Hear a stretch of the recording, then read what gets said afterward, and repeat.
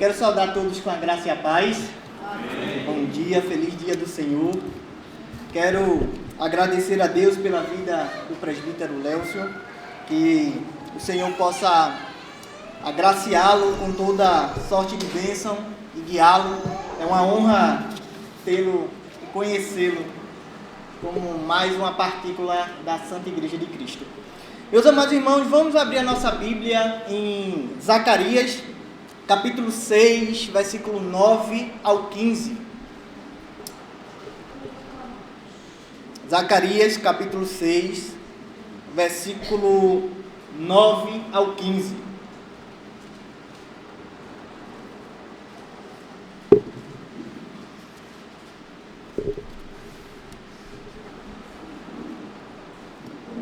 A Sagrada Escritura nos diz o seguinte: a palavra do Senhor veio a mim dizendo: recebe dos que foram levados cativos, a saber, de Heldai, de Tobias e de Jedaías, e vem tu no mesmo dia e entra na casa de Josias, filho de Sofonias, para a qual vieram da Babilônia. Recebe, digo, prata e ouro, e faze coroas, e ponha nas cabeças de Josué, filho de Josadaque, o sumo sacerdote. E dize-lhes: assim diz o Senhor dos Exércitos, eis aqui um homem cujo nome é Renovo. Ele brotará do seu lugar e edificará o templo do Senhor. Ele mesmo edificará o templo do Senhor e será revestido de glória, e assentar-se-á no seu trono, e dominará e será sacerdote no seu trono, e reinará a perfeita união entre ambos os ofícios. As coroas serão para Helem, para Tobias, para Jedaías e para Rem, filho de Sofonias, como um memorial no templo do Senhor. Aqueles que estão longe virão e ajudarão no edificar o templo do Senhor. E sabereis que o Senhor dos Exércitos me enviou a vós outros. Isso sucederá, e se diligentemente ouvirdes a voz do Senhor vosso Deus. Vamos fechar os nossos olhos, curvar nossa cabeça e orarmos ao Senhor. Maravilhoso Deus, rendemos graças a Ti.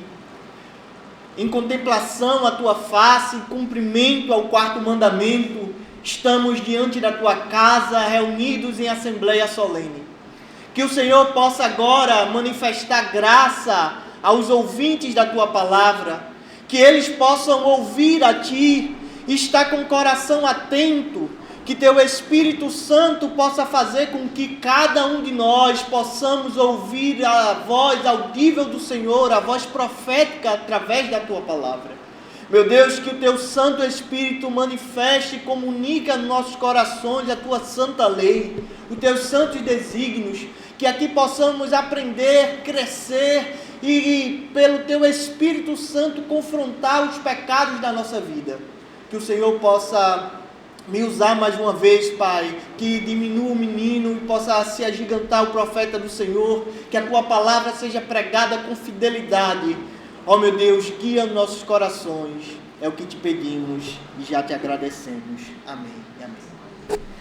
Meus amados irmãos, este texto da qual nós lemos, ele está correlato com o texto anterior. Ele está correlato com Zacarias capítulo 3. E ali em Zacarias capítulo 3, nós observamos uma cena de um julgamento e vemos como naquele julgamento o Senhor nos apresenta a gloriosa e graciosa doutrina da justificação. A justificação com base unicamente, não em nossos méritos, mas nos méritos do nosso Senhor Jesus Cristo. Observamos também nesse capítulo como somos defendidos e protegidos das acusações do inimigo de nossa alma, Satanás, o acusador do povo de Deus.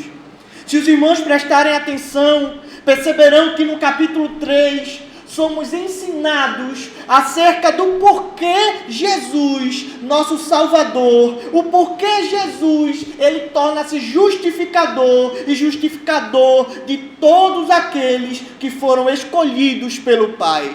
Aqueles que são justificados, aqueles que são eleitos, aqueles que foram escolhidos pelo Pai no conselho da redenção e por isso são dados a Jesus Cristo.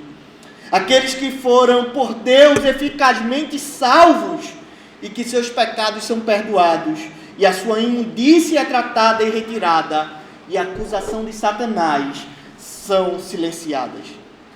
Hoje, irmãos, com a graça de Deus, observamos essa passagem do capítulo 6. Vemos então nesse capítulo 6 como somos ensinados o porquê Jesus é capaz de salvar o seu povo, o porquê Jesus limpa de nós os nossos pecados e o porquê Jesus nos justifica. Cristo, Ele nos redime, Ele nos purifica e agora entendemos o porquê Ele é capaz de salvar o seu povo. Ele é sacerdote e rei, irmãos.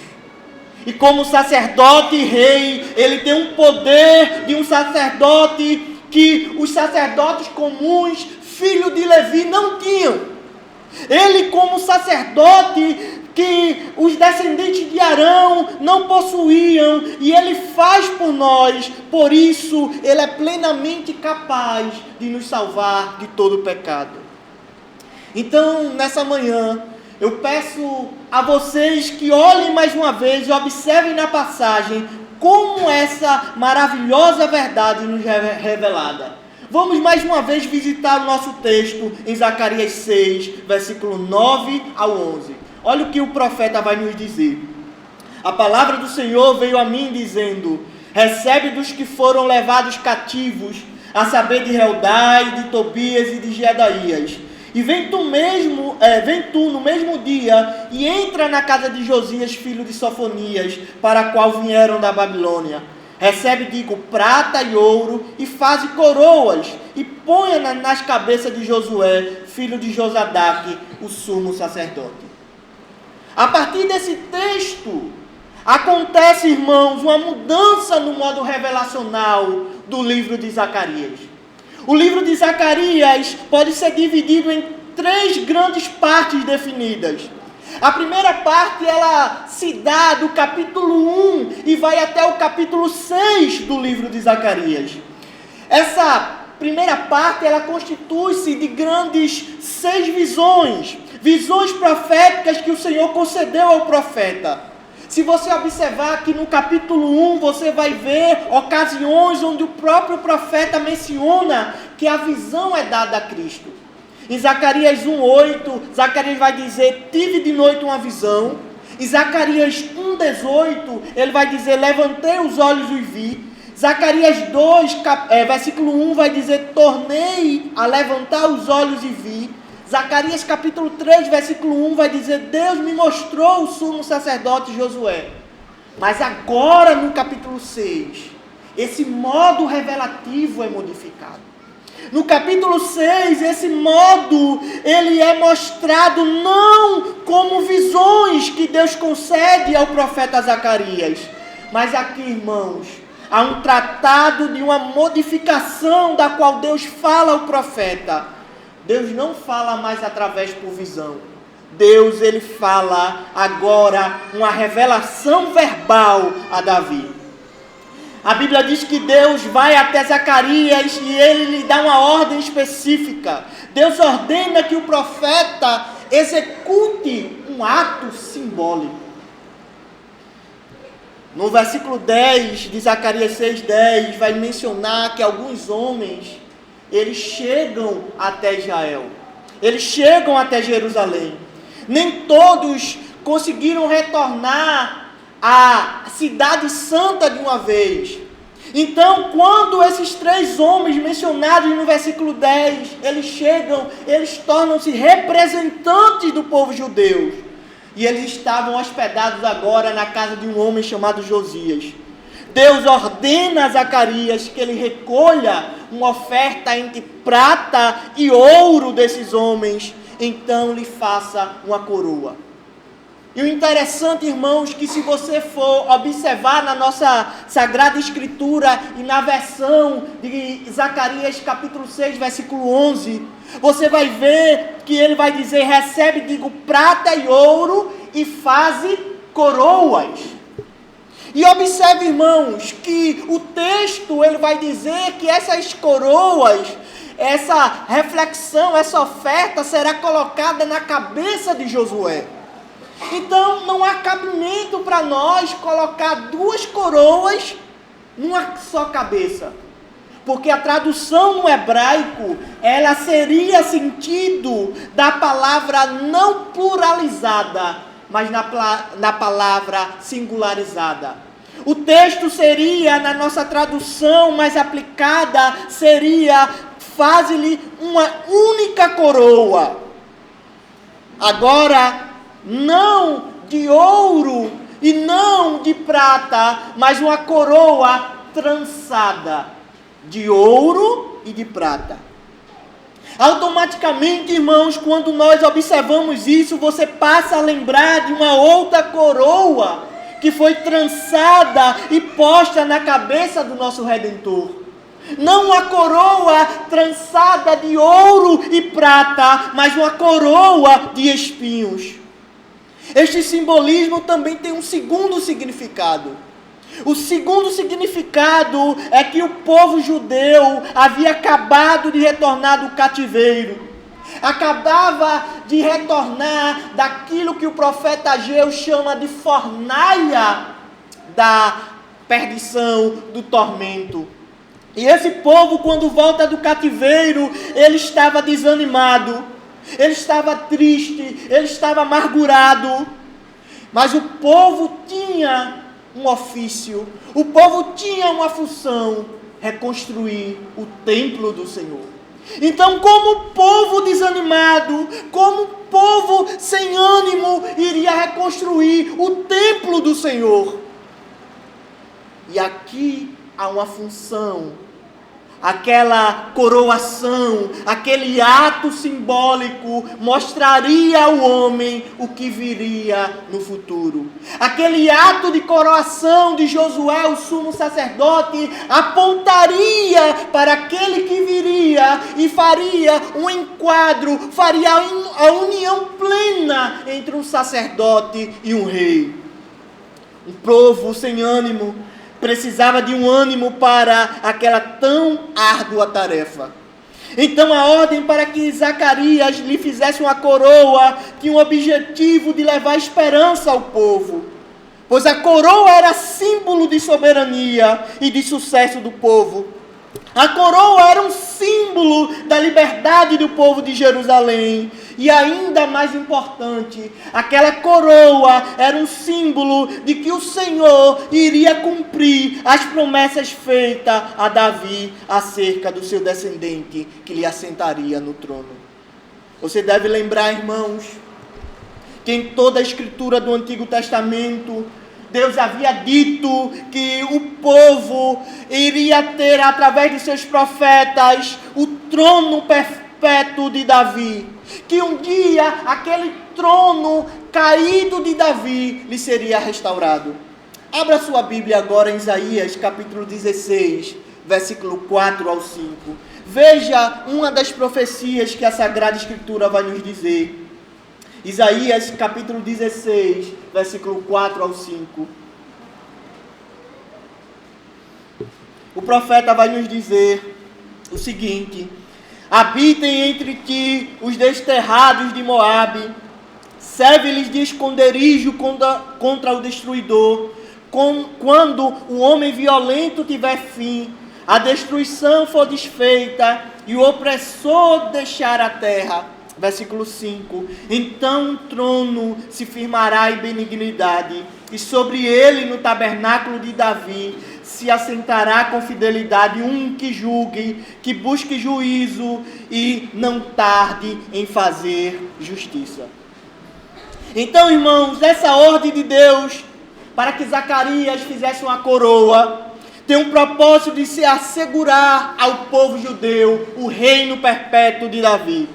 Surgiria um com benignidade, surgiria um que levaria o seu povo a uma época de paz e prosperidade. Mas há um elemento estranho.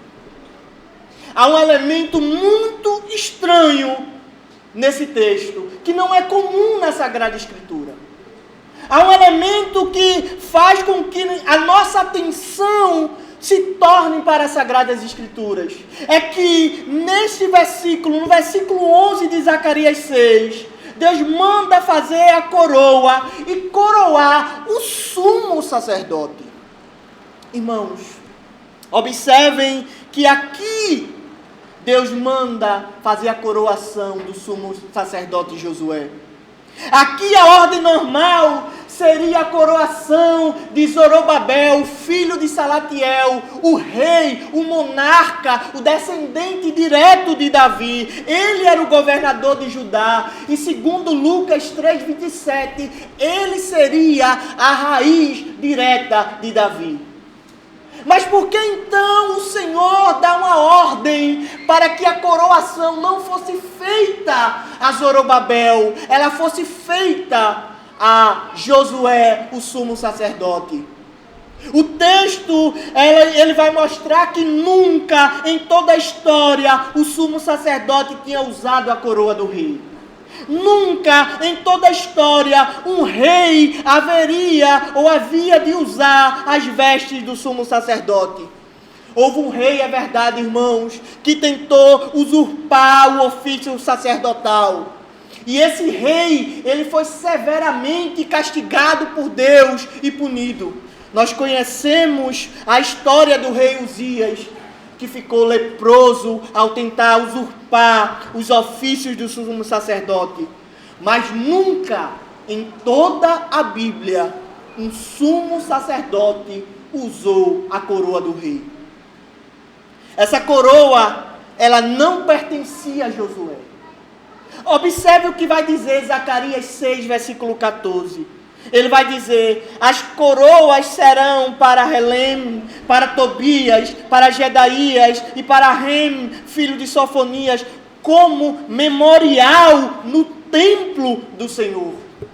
Essa coroa não ficaria na cabeça de Josué. Essa coroa não iria permanecer e dar poder de reis a Josué.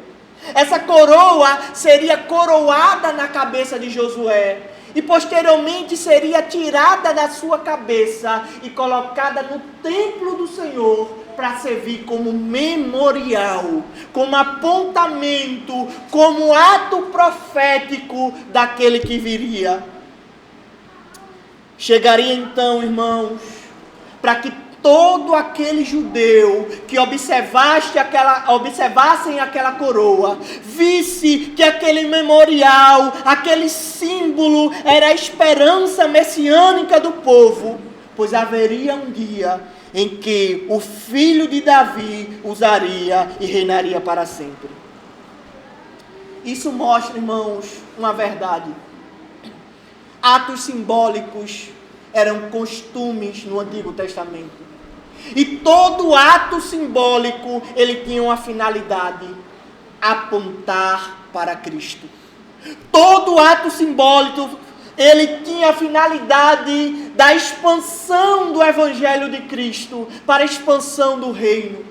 Se você, por exemplo, observar em Atos 11, versículo 28, Ágabo e Paulo, quando Ágabo pega o cinto de Paulo e diz que este homem será preso e será morto se ele for a Roma, a resposta que Paulo diz é que se o Evangelho de Cristo for pregado, ele daria a sua própria vida. Então, todo ato simbólico no Antigo Testamento, ele apontava para uma outra pessoa. Alguém além de Josué. Aquela coroação não representaria Josué como rei, mas alguém maior que chegaria quando ele uniria os dois ofícios, rei e sacerdote. Se você observar, irmãos, o nosso breve catecismo, na pergunta 23, ele vai fazer a seguinte pergunta. Ele vai dizer: que funções exerce Cristo como nosso sacerdote e redentor? E a resposta do nosso breve catecismo é o seguinte: Cristo, como nosso redentor, exerce as funções de profeta, sacerdote e rei, tanto no seu estado de humilhação, como no estado de exaltação. Mas não é a primeira vez, irmãos, que as Escrituras identifica alguém assim. Não é a primeira vez que as Escrituras vai identificar uma pessoa que é rei e sacerdote. Vocês devem lembrar de Gênesis 14, quando você lê ali a respeito de um homem descrito como sacerdote do Deus Altíssimo, mas que também era rei de Salém. Este homem era Melquisedeque.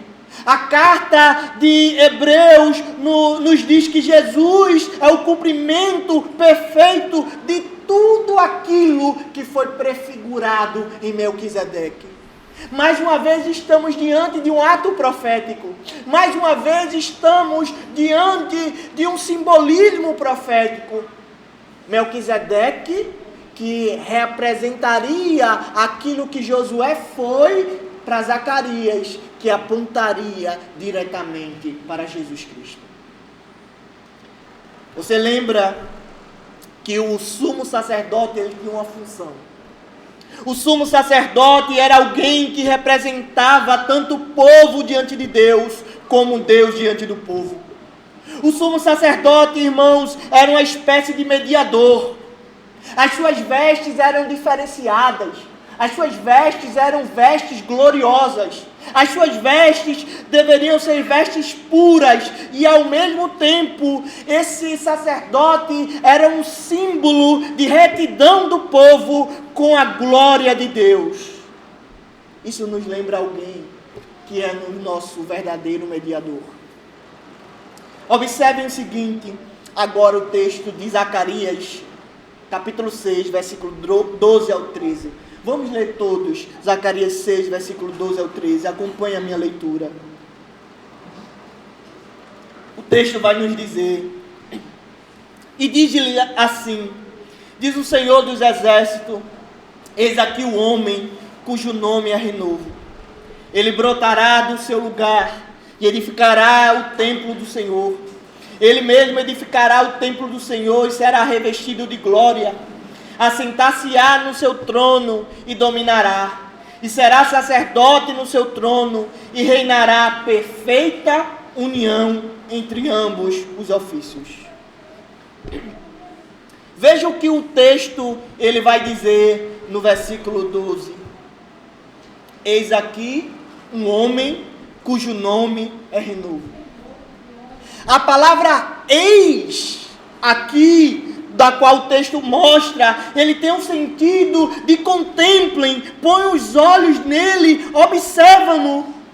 A ideia, irmãos, é que o povo de Israel deveria olhar para o sumo sacerdote. O povo de Israel deveria contemplar o sumo sacerdote sendo coroado. Seus olhos deveriam estar fitos e fixos para aquela cena. Eles deveriam prestar bastante atenção a ela. Um povo sem ânimo, um povo sem esperança, desencorajado, tem a necessidade de colocar os nossos olhos em algo, para assim recobrir o ânimo, para assim que a sua coragem seja renovada, irmãos. E quanto de nós estamos assim?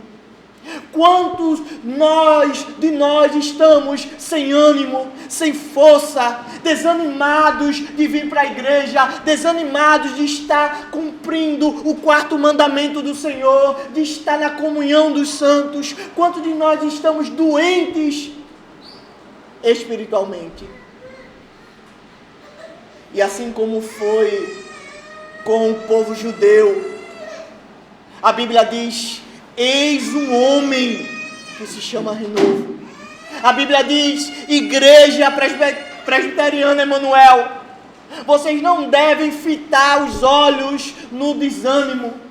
Vocês não devem fitar os olhos em lutas, em batalhas, no progresso do maligno no mundo. Vocês devem fitar os olhos para aquele que é o verdadeiro rei e sacerdote. A sua mente deve estar cativa a Deus. A sua mente deve estar cativa não às tribulações e às perseguições do mundo, mas a sua mente deve estar cativa àquele que é o Redentor e Salvador da tua alma.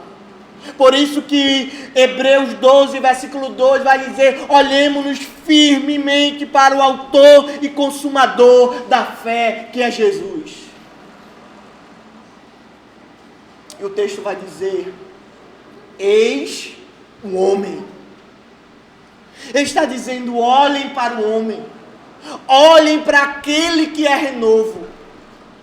Mas, irmãos, esse texto, ele tem um clímax, não em Zacarias, mas João, o apóstolo João, cheio de Cristo, cheio do Espírito Santo, ao revelar a sua santa doutrina, descrevendo em João, capítulo 19, versículo 1 ao 5. Vamos ler todos, João, capítulo 19, versículo 1 ao 5. O que é que a palavra irá nos dizer sobre o clímax da palavra eis um homem?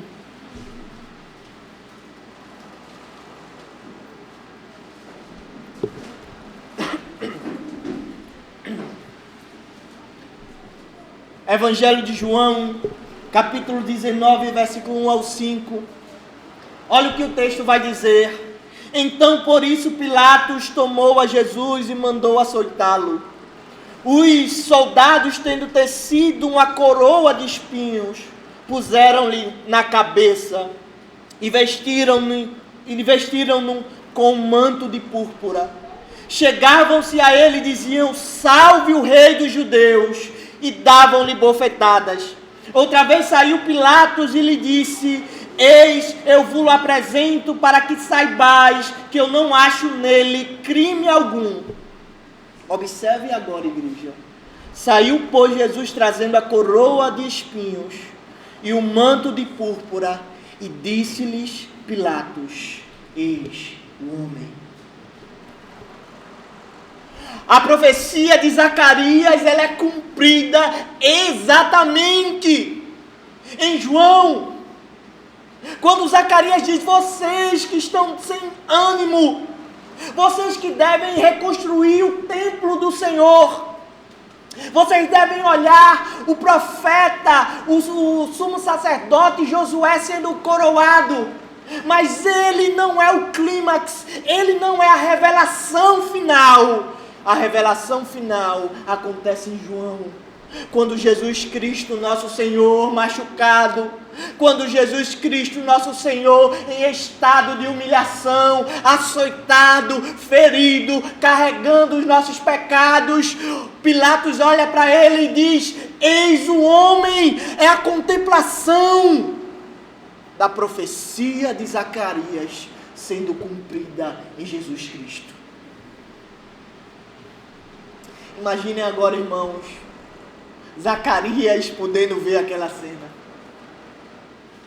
Uma cena de uma profecia de que no lugar da coroa trançada de ouro e prata lhe puseram uma coroa de espinhos. No lugar das vestes sacerdotais, lhe colocaram roupas, lhe rasgaram as roupas, lhe açoitaram, lhe afligiram, e o renovo estava sendo sofrido. Imagine a cena. Mas tudo isso serviu para que o renovo pudesse assentar no seu trono e reinar perfeita paz entre ambos os ofícios. Quando nós lemos, irmãos, esse texto, ele vai dizer assim: eis aqui um homem que se chama renovo. E esse texto, irmãos, no versículo 12, ele é bastante interessante, porque ele vai dizer: eis aqui um homem cujo nome é renovo, e ele brotará do seu lugar. O texto em hebraico, ele faz um trocadilho. A palavra renovo, ela deve ser traduzida como broto. E o texto seria melhor traduzido dizendo assim: eis aqui o broto, e ele brotará do seu lugar. Esse texto de broto, ele significa exatamente como aquele que veio de uma raiz humilde, aquele que nasceu de um local e andou com pessoas humildes. O nosso documento de fé chama isso de estado de humilhação. E ele brotou. E esse broto tornou-se uma raiz frondosa. E esse broto tornou-se uma raiz da qual todos aqueles eleitos são enxertados nela. E essa raiz é Cristo Jesus. Irmãos, a palavra renovo, ela é utilizada de maneira equivocada dentro da cristandade. Quem nunca ouviu alguém dizendo, estamos passando por um renovo, ou a nossa igreja tem um renovo espiritual? Mas a palavra renovo, ela é utilizada de maneira errada. Abra a tua Bíblia em Zacarias 3, versículo 8. Zacarias capítulo 3, versículo 8.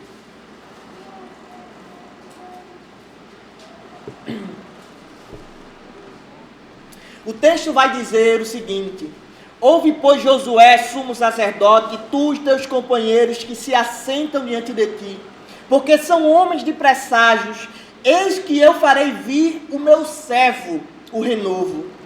Abra agora a tua Bíblia em Isaías capítulo 4, versículo 2. O profeta Isaías vai dizer o seguinte, Isaías 4, versículo 2, naquele dia o renovo do Senhor será beleza e de glória, e o fruto da terra orgulho e adorno para os de Israel, que foram salvos. Outros textos que poderíamos citar é Isaías 11, versículo 1, do tronco de Jessé sairá o rebento e das suas raízes um renovo. Mas o texto que eu quero que vocês canalizem, o texto mais famoso que fala sobre o renovo, ele se encontra em Isaías 53, versículo 1 ao 12, que é sobre acerca do servo sofredor. E o texto de Isaías 53, vamos abrir Isaías 53, versículo 1 ao 2. Olha o que o texto vai dizer. Isaías capítulo 53, versículo 1 ao 2. Quem creu em nossa pregação? E a quem foi revelado o braço do Senhor?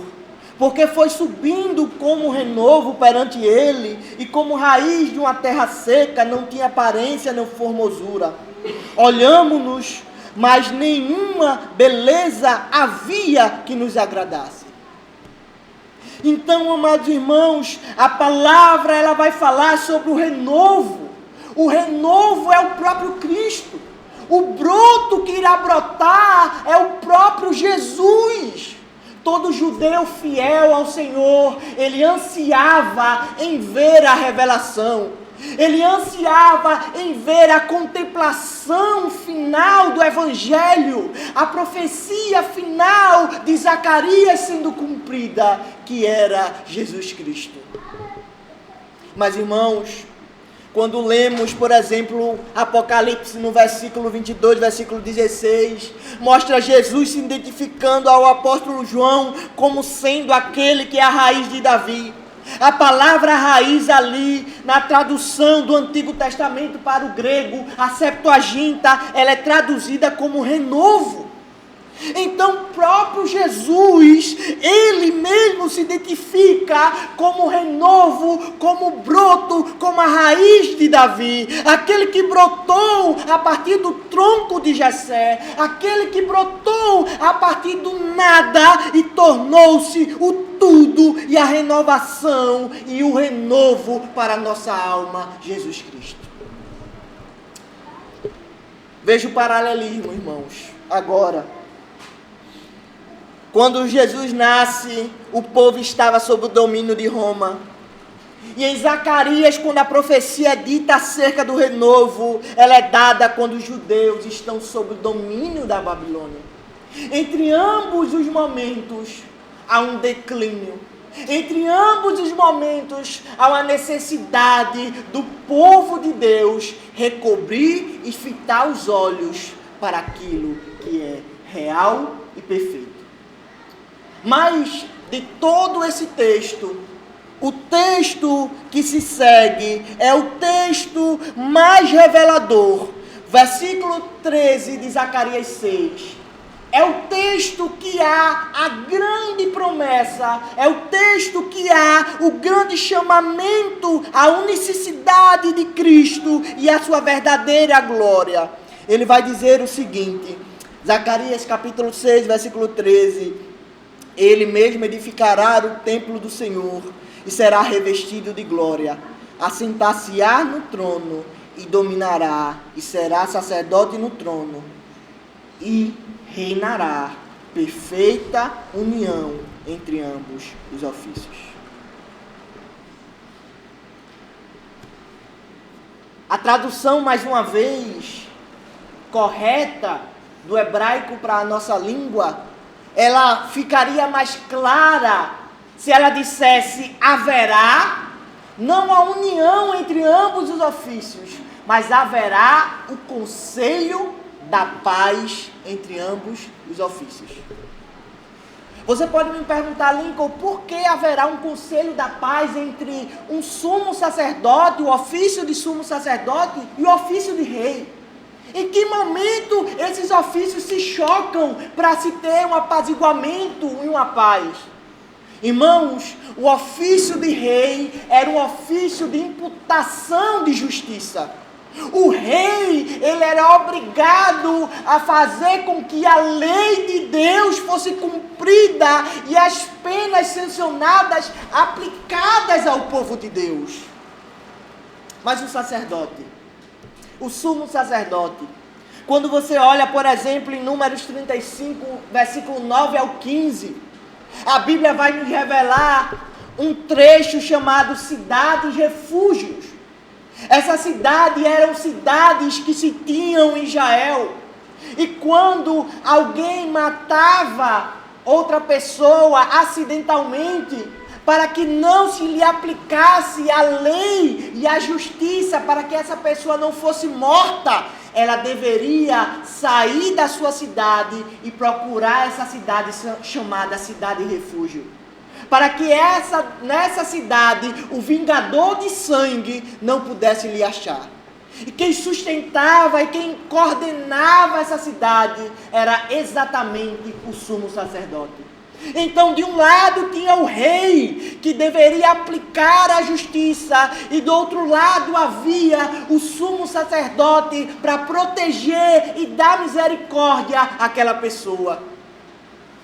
Não é dificilmente que quando nós observamos o texto da Bíblia, há alguns reis impiedosos que eles confrontavam contra o exercício do sumo sacerdote.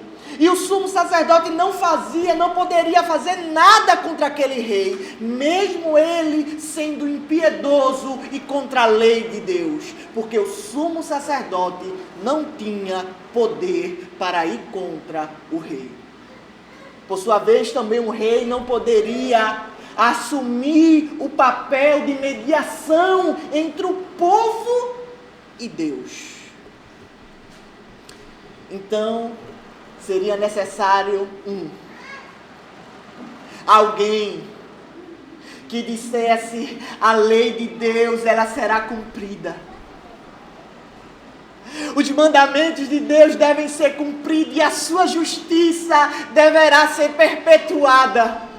E por sua vez, esse alguém também deveria dizer que ele é o mediador de Deus e os homens, que a santidade e a misericórdia de Deus se revelaria para aquele povo. E homem nenhum poderia fazer esse ajuntamento. E homem nenhum poderia dizer: a lei de Deus é cumprida e a sua misericórdia agora recai na cabeça do seu povo. Apenas Jesus Cristo, que tomou sobre si as nossas dores, as enfermidades que nos traz a paz estava sobre ele, e sobre a sua pisadura fomos sarados. Ele é o rei, ele é o sumo sacerdote, Ele é aquele que haverá o conselho da paz entre ambos os ofícios. E eu termino, irmãos, dizendo o seguinte: as aplicações que eu posso fazer. Quando nós lemos o capítulo 4, nós vemos que Zorobabel, ele não termina a obra da reconstrução do templo. Ele inicia esta obra de reconstruir o templo, mas ele não termina. Porque quem terminaria essa obra de reconstruir o templo era o renovo. Jesus disse para os seus discípulos: eu destruirei esse templo em 3 dias, irei reconstruir.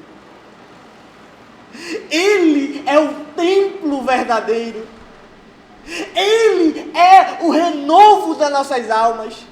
Ele é o rei, sumo sacerdote do nosso viver. Ele tem compaixão, fiel. Ele é justo e perfeito para nos redimir. Ele é justo e perfeito para nos reinar. E Ele é justo e perfeito para aplicar a justiça divina em nossas vidas. Irmãos, o sumo sacerdote e rei é o Senhor Jesus Cristo. E a primeira aplicação é de esperança e encorajamento. Assim como o povo de Israel precisava ser encorajado, precisava encontrar ânimo na obra, nós também devemos encontrar ânimo e lembrar de Jesus como o renovo e o verdadeiro templo espiritual de Deus nas nossas vidas. Em momentos, irmãos, de desafios, em momentos de desânimo, nós podemos olhar perfeitamente para Jesus e encontrar força e a esperança de preservar e continuar a lutar pelo reino de Deus. Somos agora chamados a reconstruir o templo, mas não um templo mais feito de pedra, como os judeus achavam, mas a reconstrução e a propagação do evangelho vivo de Deus.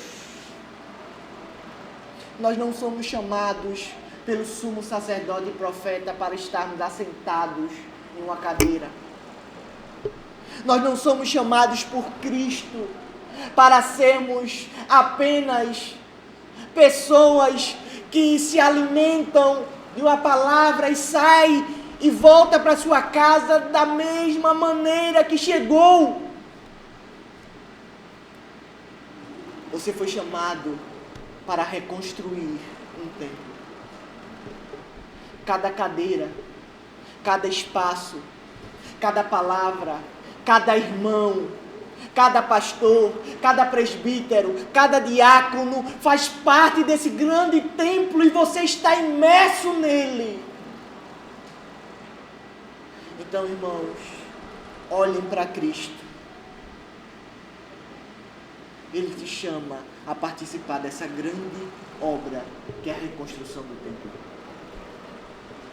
Trabalhe para Cristo. Tenha ânimo em Cristo.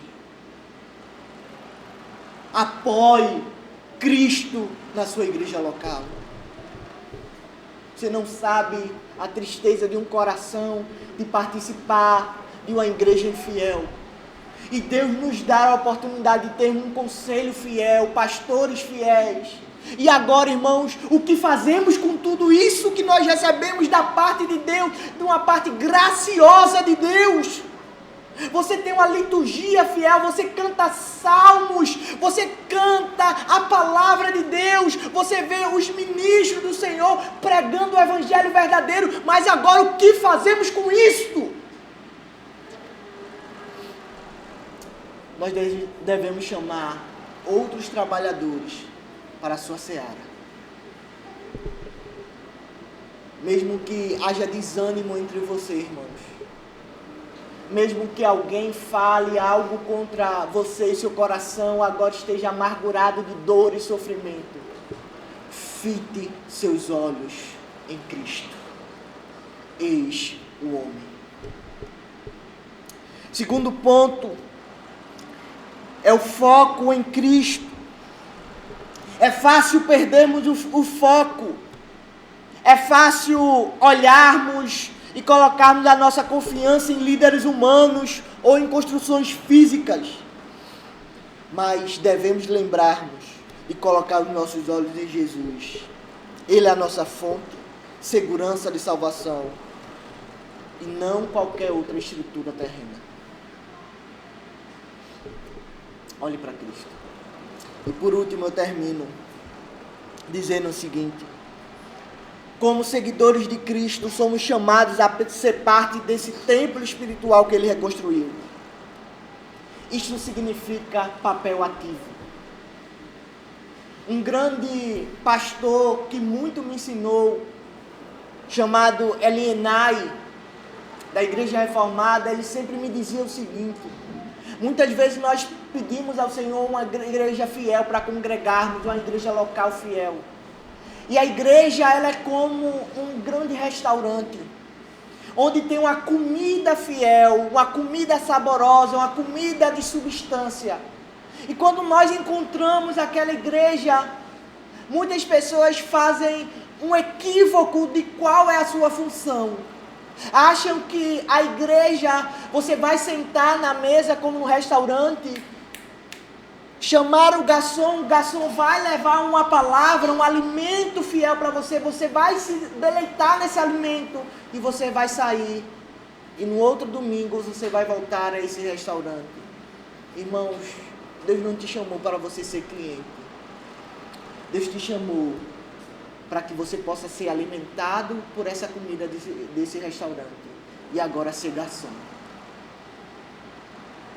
Deus te chamou para agora você servir a outras pessoas. Deus te chamou agora para você contemplar o serviço do Evangelho através de Cristo.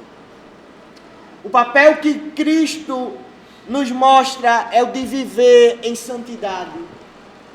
Viver uma vida de contemplação e lembrança de que aquele que em seu estado de humilhação uniu os dois ofícios de rei e sumo sacerdote. Que o Senhor possa nos abençoar e nos guiar. Feche seus olhos e curva sua cabeça. Santo Deus, rendemos graças a Ti e Te agradecendo pelo Teu amor e pelo Teu cuidado. Que o Senhor possa abençoar-nos e nos guiar diante da Tua palavra e santidade. Que a Tua glória seja perpetuada em nossas vidas e possamos, com o olhar canalizado ao sumo sacerdote e rei da nossa alma. Senhor, nos guia, estabelece em nós a Tua vontade e a Tua glória. Que não sejamos apenas cooperadores ou aquelas pessoas, Deus, que estão dentro da igreja e se assentam e não fazem mais nada, mas que reconheçamos o processo da justificação e como Cristo é o nosso sumo sacerdote e rei. Como a justificação é aplicada na nossa vida e como isso nos implica em trabalhar na Tua santa obra. Se com cada um de nós é o que Te pedimos e já Te agradecendo. Amém e amém.